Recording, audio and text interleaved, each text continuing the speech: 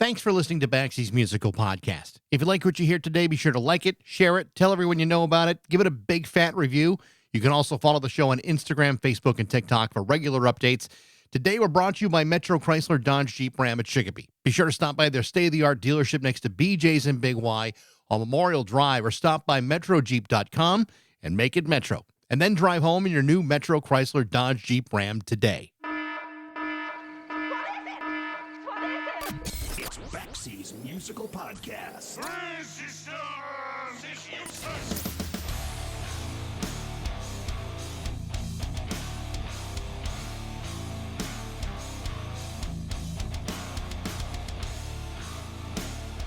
One of the things that originally defined punk rock in the 1970s was that anybody could do it. You didn't need rules, you didn't need talent, you didn't need to know what you were doing. All you needed was a combination of attitude and ideas. That was it. Unfortunately, many of those early punk bands ran out of both.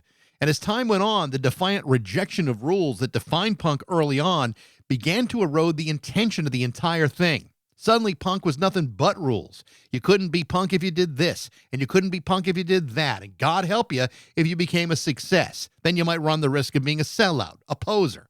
Punk was supposed to be about anarchy, not hierarchy. In many ways, the same thing has always been true about art. The most important art obliterates rules. It doesn't conform to them. That's because true art comes from the intention of the artist. How you interpret that art comes from you. And both intention and interpretation tends to suffer the moment you impose inflexible structures. Are you following me on this one? Good. Because today we're going to talk about perhaps the only first-wave punk band in the world that has stayed true to both since 1977, both idealistically and artistically. The name of that band is the Mekons, and the Mekons are freaking awesome. Who are they? Well, according to the late Lester Bangs, the Mekons were, quote, the most revolutionary group in the history of rock and roll. Why? Well, that's a long conversation, but the short answer is this. For the last 49 years, no band has stayed truer to the basic ideals of punk than the Mekons, and you'd be hard-pressed to find anybody who has stuck to those ideals better or longer than they have. The Mekons are almost more than a band. They're an intercontinental collective of musicians and artists that have evolved without stringent rules and without compromise. Whether they're playing rock or folk or country or reggae or something completely different, there are no power struggles. There are no fragile egos. There's none of that stuff. Instead, the Mekons themselves are the ones that make their own rules. And if that comes at the expense of commercial success, then so be it. The Mekons exist to this day because they simply love it. Here's the other bold statement.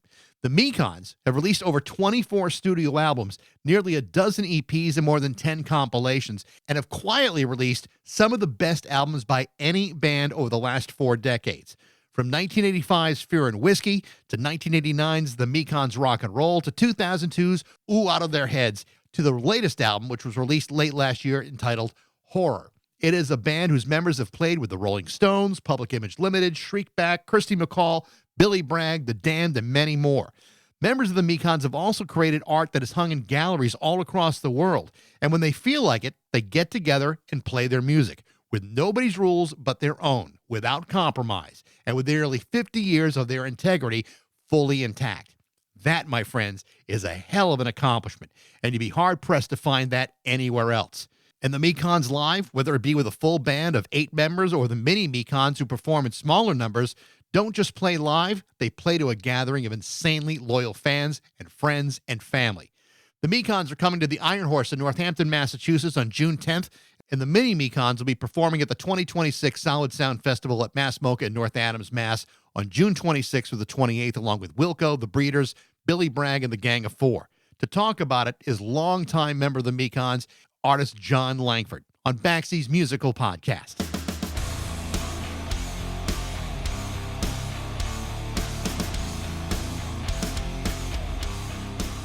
I'm very excited to be talking to you today because, I've been listening to the new album like constantly, and right. I've had the song Mud Crawlers in my head since the moment it came out, like on repeat, and it's having the same effect on me as Memphis, Egypt, and Road to Florida, and Hard to Be Human, and I'm continually in awe that you guys just keep it. It appears as though you guys just keep getting better and better over the years, and not every band in the world can can claim that sort of thing. What do you don't think we attribute feel that it. to? I don't think there's much pressure on us. I think that's what's interesting.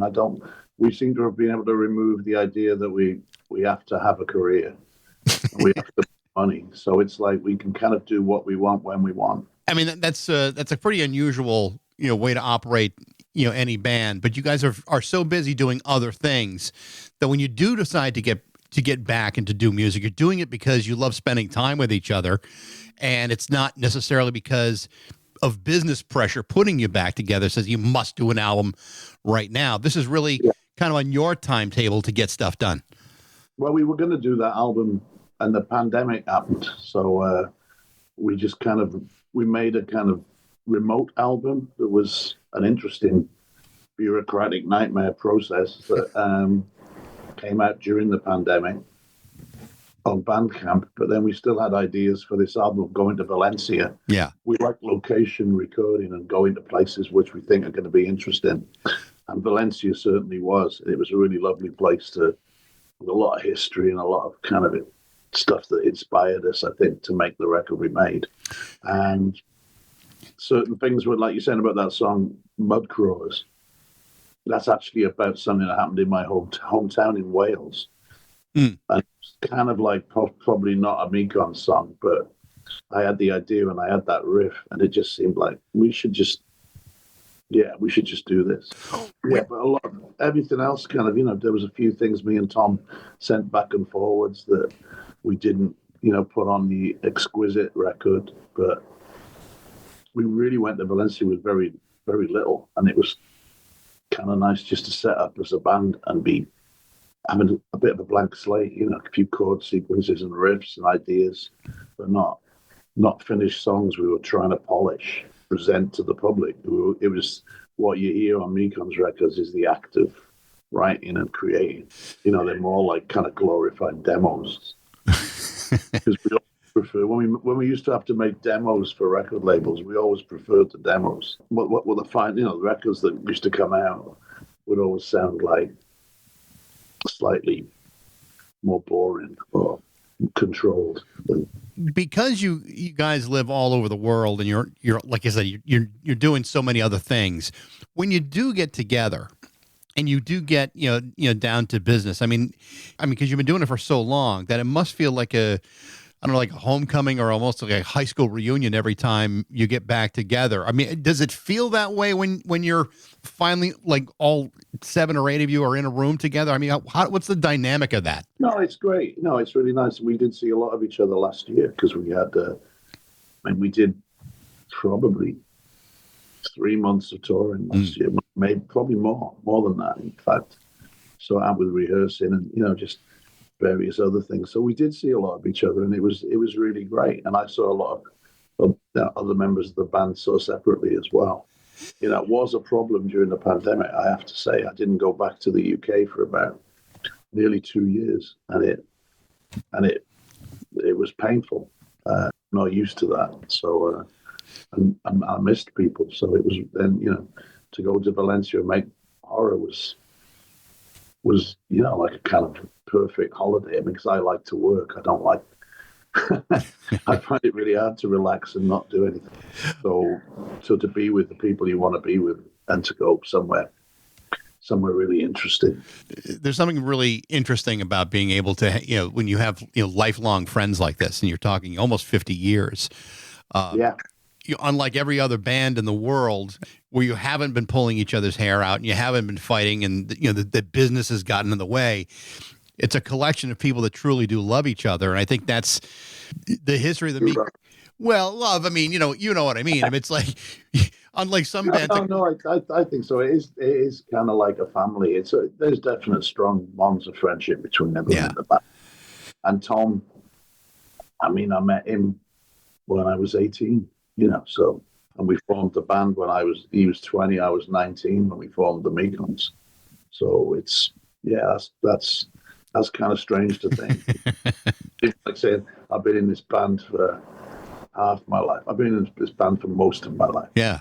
Whereas, other bands, if they last 10 years, then they can't even be in the same room together. Now, you guys can't wait to get back into the same room together. That's it's not always been a smooth ride. Of course not. It's not always. There's been times when we did allow ourselves to have pressure put on us. We were on major labels a couple of times, and each time the band kind of broke up, or there was massive changes in personnel.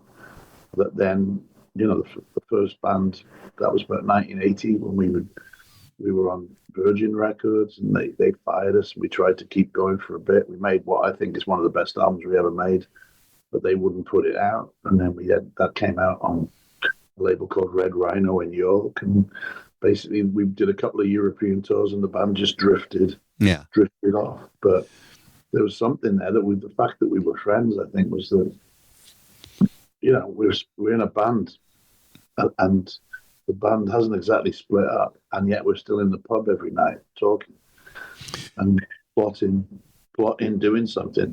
There's always been a bit of that, a bit of bloody-mindedness of sort of like, well, if the world hates the Mekons this much, maybe we should keep doing it.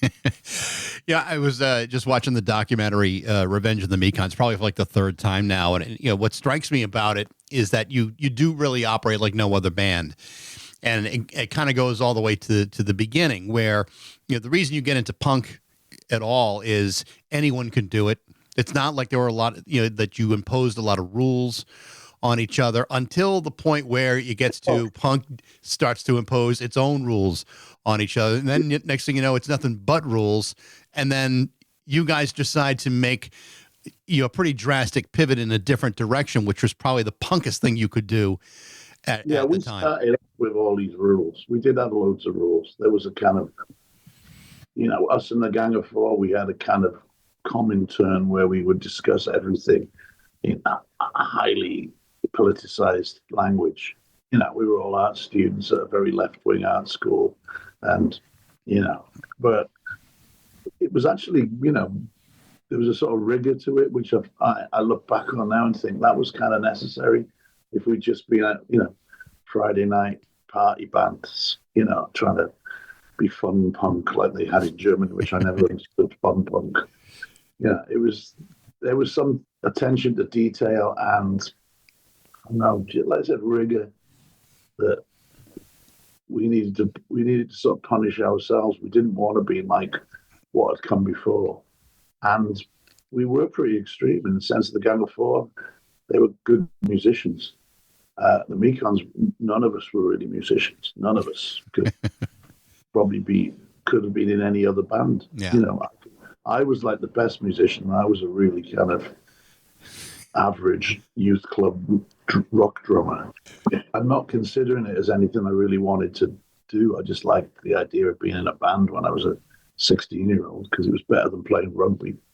But we got to that point where every sort of encounter we had with the reality of the music business, all our rules and our, the manifesto we'd created kind of got chipped away. We realized having a load of rules was really kind of stupid. And but then punk rock, like I said, became really calcified really quick. It became a style rather than a movement. We thought of punk rock as just this opportunity or license to be able to do whatever you wanted to do. And we came up at a time where with the first independent record labels and independent venues and a lot of political kind of benefits and stuff like that, people putting on gigs for specific political causes. That was actually really exciting. I mean, that's the stuff that stuck with me. And we were making our own entertainment because, there's that boredom.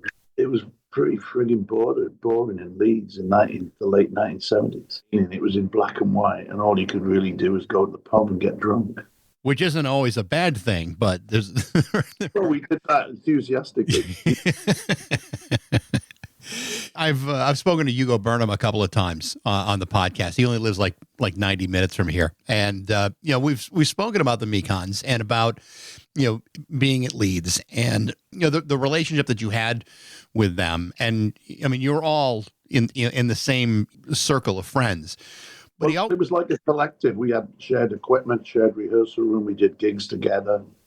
Yeah, it was very much closer than I think. I don't know. I can't imagine any bands closer than that. You Yeah. know? Well, it's funny because the Gang of Four are all great musicians. Hugo included, and he also talked about having great admiration for you guys. Also, that that When I my band, the Three Johns, we named the drum machine Hugo because we just wanted it to sound like Hugo. Hugo still sends me dirty jokes nearly once or twice a week. I believe that. I believe that. But there's still, great admiration for what you guys were doing, even if you were at the time maybe not as polished, musically as they were. I think they appreciated what you were trying to accomplish Well, I at think that point. it was kind of a bit more anarchic and sloppy what we were doing, and I think they kind of enjoyed that. I mean, any band puts themselves in you suddenly emerge, you do something, and you immediately put in a sort of straitjacket and expect it to be more like that. And I know they definitely fed off the Mekons a little bit. Some of the things they did were kind of they got more, they became more primitive in certain songs. Like It's a Factory, and then the one with John smashing up the microwave, and I felt like that was the common ground we had between us.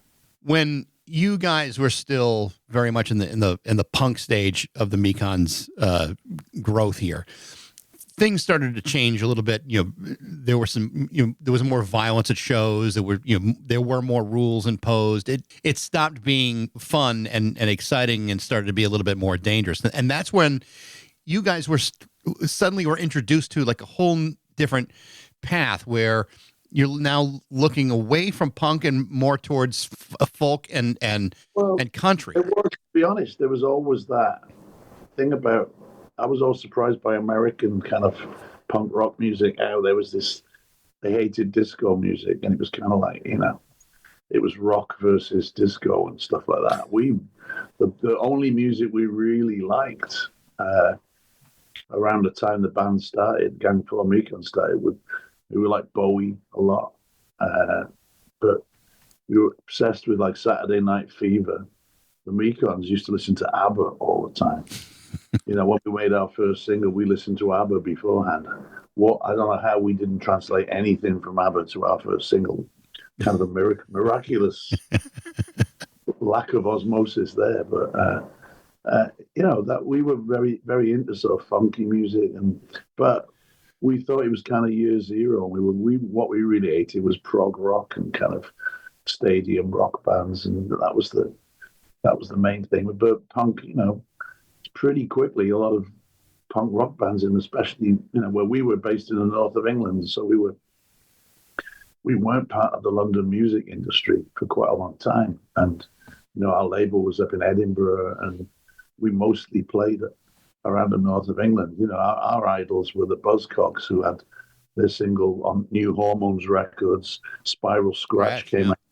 It was kind of like this. Suddenly, it was a great leveling. I quite, egalitarian feeling that, wow, anyone can really do this. We used to say that at our shows, don't buy our records, go and form a band. Yeah, that was the kind of message at the time, and it was making your own entertainment really exciting. But the business, when the lid was off, it was kind of crazy. We ended up signed to Virgin, but then they kind of put the lid back on, and punk was like leather jackets with studs, 2-foot orange Mohicans, and it was just speeded up heavy metal music. All the dudes who've been in crap heavy metal bands formed punk bands and formed crap punk bands and sang about anarchy and but it was all worse, worse stuff than that. But we found it very boring, and it did become very violent. The Scar thing came out, and I suddenly realized that was so much more hopeful and so much more positive, and reflected the nature of the inner cities of Britain much more, because we loved reggae and we played with reggae bands in the early days, like Misty and Roots. I remember a night at the West Indian Centre in Leeds where it was the Mekons, then Misty and Roots, then the Ruts. And it was a fantastic night, and that was kind of commonplace with the Rock Against Racism thing, but it wasn't. There wasn't a crossover really. But then suddenly the Scar thing came out, specials particularly, and and the Selector. And I just loved that. And it was kind of like, these people are doing the job we were trying to do with Rock Against Racism by example, and just demonstrating how mixed the, integrated and diverse British inner cities were. And it was by about 1980, we were on Virgin Records, completely bored, and just decided that we didn't want to be like standard punk band. The album put out with songs we'd written 3 years before. We wanted to do something else. So the second album I was just talking about, we made at a folk studio outside Halifax in the Pennines, and we found it in the Yellow Pages, and it turned out to be owned by this guy Bill Leader, who was basically the Alan Lomax of Britain. Suddenly into this totally strange other environment, which rather than it being year zero and we were trying to destroy the past, suddenly we saw that we were part of this continuum of this, and that people have always been kind of just destroy the people before them, and make things that actually there's this notion, the notion of like everything's folk music was kind of interesting to me, and then this kind of commercial music which is meant to kind of like distract and kind of earn money for the record companies, and there's this other music that just has to be made and has been made for presumably since the beginning of time, since humans, learn to back rocks together and tell stories. There's that, and which one do you want to be part of? We obviously didn't fit in with the selling loads of units commercial end of things, so we positioned ourselves in this folk tradition where everything was available, and every influence and was fine. It's funny because people probably wouldn't think of folk and punk as having connective tissue, but it really does when you read the lyrics of folk music, especially the ones that were talking about how things were socially or economically or whatever. There really was a lot of commonality between the two. Well, that's what we started seeing, and we started seeing that we were trying to tell stories about our experiences and everyday life. We weren't trying to sell fantasies. We were trying to explain the world and find common ground with other people. And I thought that was the most interesting thing about punk, that it was not, initially it was geared as a reaction against kind of complacency and musical virtuosity and, the idea that you had to make a load of money. That's old rebel rock bands by 1975 were playing giant stadiums. And you couldn't even go, I couldn't even afford as a kid to go and see. Sometimes somebody's older brother would say, come on, I got you a ticket to come and see Yes at the Cardiff Capitol. And I would go to this concert and have the most terrible night, like hanging around by the back door waiting for it to end. It's so dreary and impenetrable. There's a great part in the documentary about when you guys were signed to A&M. And you talk about how to avoid being commercial. Sometimes it seems like things were kind of in a real way kind of stacked against you. And there's a scene in the documentary where you talk about the president of A&M is now like introducing a whole list of bands that were just signed by the label, and he goes through the whole thing, and for whatever reason he skips the Mekons, which is just like, well, we didn't even make it. They were talking about British bands they'd signed. And we didn't even make it onto that list. It was so funny. We were all chests puffed up at the A&M Christmas party, 1989, on the old Charlie Chaplin lot in Hollywood. Just thinking, oh, now we get our moment. They're going to introduce us. And no, it was so dreary. It was incredible.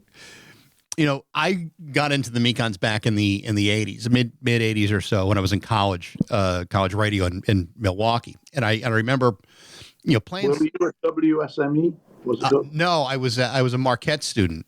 All right. But I knew a bunch of people at MSOE, and that was, we used to listen to that to steal ideas for the Marquette radio station. Yeah. Well, that's a good. But I remember playing songs from Fear and Whiskey and remembering how I felt about the Mekons, and I don't know, maybe my assessment at the time is right or wrong. I don't know. I think it's probably a combination of a little bit of both. I just love the fact that a band could sound so polished and so reckless at the same time that it just Well, Ooh. well, there are flashes of songs you say, "Wow, these sounds like these are incredible musicians," and then it gets down to like the real rootsy part of what the Mekons were all about. And I You're talking about the 80s. There were musicians had joined the band at that point. We had really yes, good, I yeah, mean, we had good people playing with us, and it wasn't just a bunch of people who didn't know how to play. So no, yeah, I'd given up the drums to Steve Goulding, who played Graham Parker and the Rumor, who were me and Tom's absolute favorite band. They weren't really punk. They were kind of like, I don't know what they were. They were like soul R&B kind of rock, but they had something that we really liked. And then Steve ended up playing with the Gang of Four, and we kind of coerced him into joining the Mekons, and he didn't want to. He thought the Mekons were absolute rubbish. and yet he's been playing with you forever. And even Lou Edmonds is a remarkable musician. Yeah, I mean, Lou's kind of away with public image now, but One of the things that I've always appreciated though is that in every album there are changes, and you don't necessarily stick with one genre, but it's all Mekons, and I love that about the fact that, and we talked about this in the beginning, that with each album it just seems like it gets better and better, and I don't know what accommodates for that. I mean, 50 years in is pretty hard to do. I mean, do you just find that it's easier to produce stuff now because you're so used to each other, or is it something different that drives it? not easy. It's never been easy. I just think it's a kind of hive mind, and it's kind of a little bit out of control. There's no way of, like, we don't have meetings where we say this is what's going to happen. It's much subtler than that, in the way we discuss and talk about things that we're interested in and we like.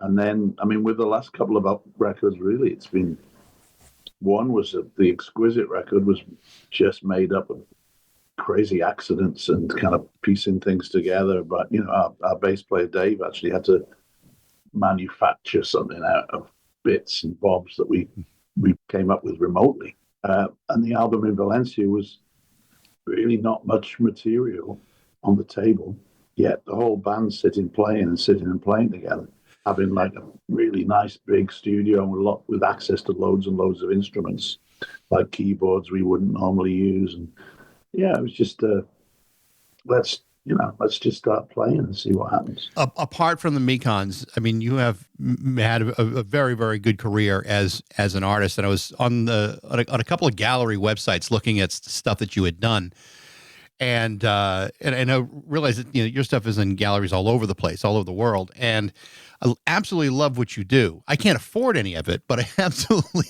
love I make what you do. Make little tiny prints for $100.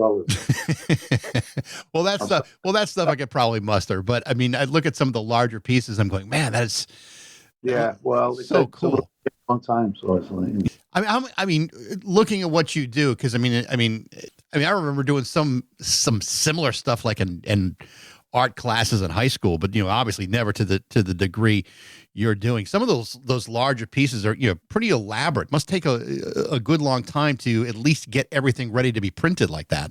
well, they're paintings, they're original paintings, and then I make prints from the original painting. Yeah. So yeah, the original paintings can take quite a long time. Yeah, they're really, really, really awesome. Really cool. My motto is, I gotta get a bigger brush. But all these modern art galleries these days, there's people like, all the works are just the size of a building, and it's like, oh wow, this is like, I could really do something that big. You mentioned the idea of always needing to work and always wanting to be busy. Do you see parallels between what you do artistically and what you do musically, or is it two totally different parts of your life? Very similar. Yeah. I've been told by brain experts that that's a load of crap, that music comes out of one side of your brain and visual art comes out the other side of the brain. And I'm like, not with me. But when I went back to painting, I did the Mekons for almost 15 years, where, just playing from 77 through to about 92.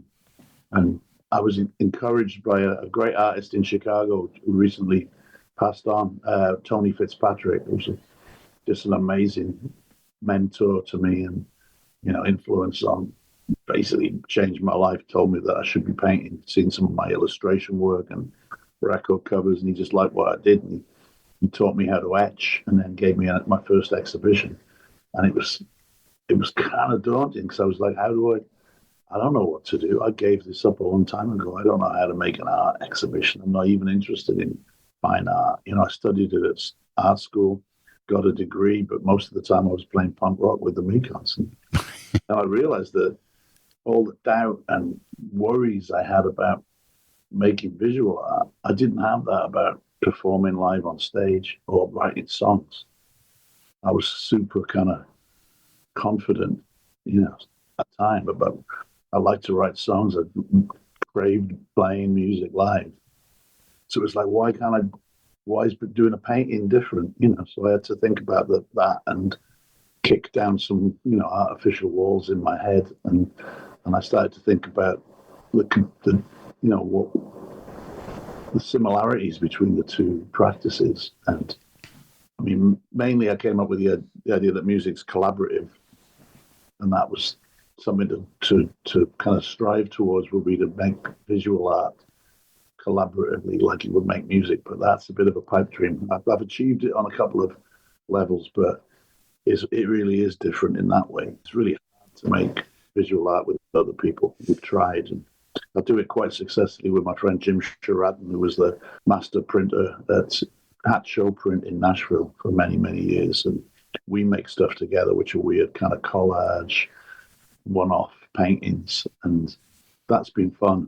But we had to build up, really remarkable levels of trust and bury our egos. With musicians, you just walk in a room and someone's got a guitar. You can just sit down and start playing. Music is a lovely, wonderful kind of collaborative language.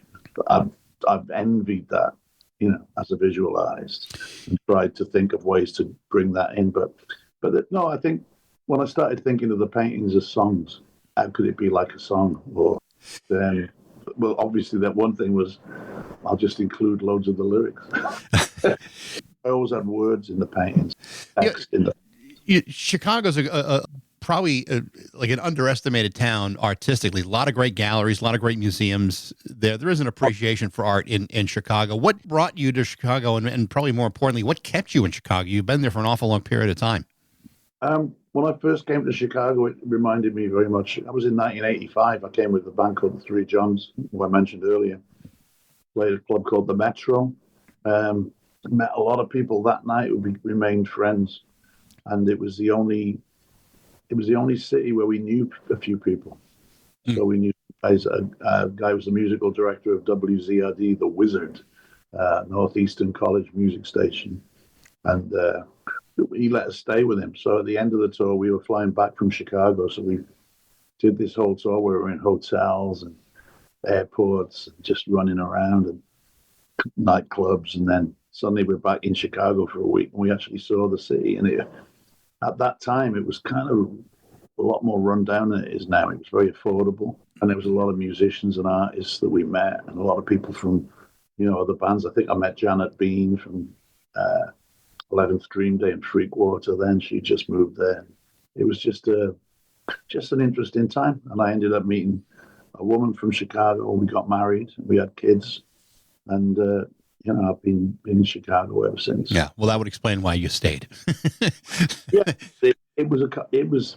What I have to say is, it was incredibly accommodating to what the things I wanted to do. There was massive support. I found real support, and it was, like I said, it felt like the north of England, where people don't really care what's going on in London. And I think it was like people here didn't care what was going on in LA and New York. Chicago, it's its own thing, and it's very much a blue-collar town where people were very much used to supporting each other. And I got all these offers. I thought I was kind of done when I moved to Chicago. I wasn't probably going to play music.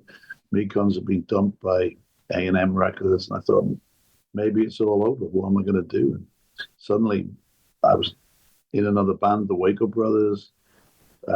People, wanting us to do stuff. And then I met Tony Fitzpatrick, and had this, what seemed like later in life, kind of like conversion to a visual artist. But then, having kids and having to keep a roof over the head, it was like, it became I've got to find a new way, a new model. I can't be just a touring musician going off playing.